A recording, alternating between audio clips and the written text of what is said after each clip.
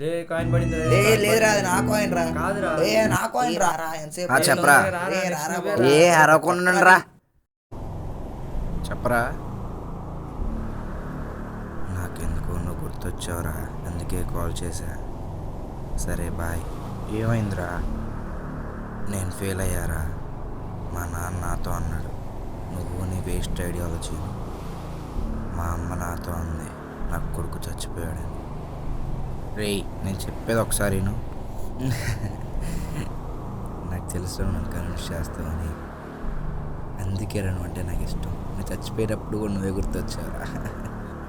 రే రే రే రే రే అసలు మార్క్స్ ఎలా వచ్చాయి తెలుసా ఫస్ట్? అయితే ఇది నేను ఒక బుక్లో చదివా. ఒక క్లాస్లో సారు తన స్టూడెంట్స్ బ్రిలియన్సీని చెక్ చేసుకోవడానికి ఒక టెస్ట్ లాంటిది పెట్టాడంట. ఆ టెస్ట్లో రైట్ అయిన వాటన్నిటికి 111 వేసుకుంటూ వెళ్ళాడంట. అందులో ఎక్కువ మార్క్స్ వచ్చిన వాళ్ళని టాపర్స్ అని చెప్పేసి అన్నారు. ఇంకా ఆ పిల్లలందరూ ఏం చేశారంటే వాళ్ళ మార్క్స్ తీసుకెళ్ళి అందరికి చెప్పుకోవడం మొదలుపెట్టారు. నాకు ఇన్ని మార్క్స్ వచ్చాయి, ఇన్ని మార్క్స్ వచ్చాయి అని చూసి కొన్ని ఎడ్యుకేషన్ ఇన్స్టిట్యూట్స్ వాళ్ళ బిజినెస్ కోసం మార్క్స్ మధ్య కాంపిటీషన్ తీసుకొచ్చాయి. టాలెంట్ చూసి జాబ్ ఇవ్వాల్సిన అందరూ మార్క్స్ చూసి జాబ్ ఇవ్వటం మొదలుపెట్టారు. అప్పుడు సొసైటీలో ఎక్కువ మార్క్స్ వస్తేనే బ్రిలియంట్ అని ట్యాగ్ వేశారు. అర్థమైందా? హలో ఉన్నావా?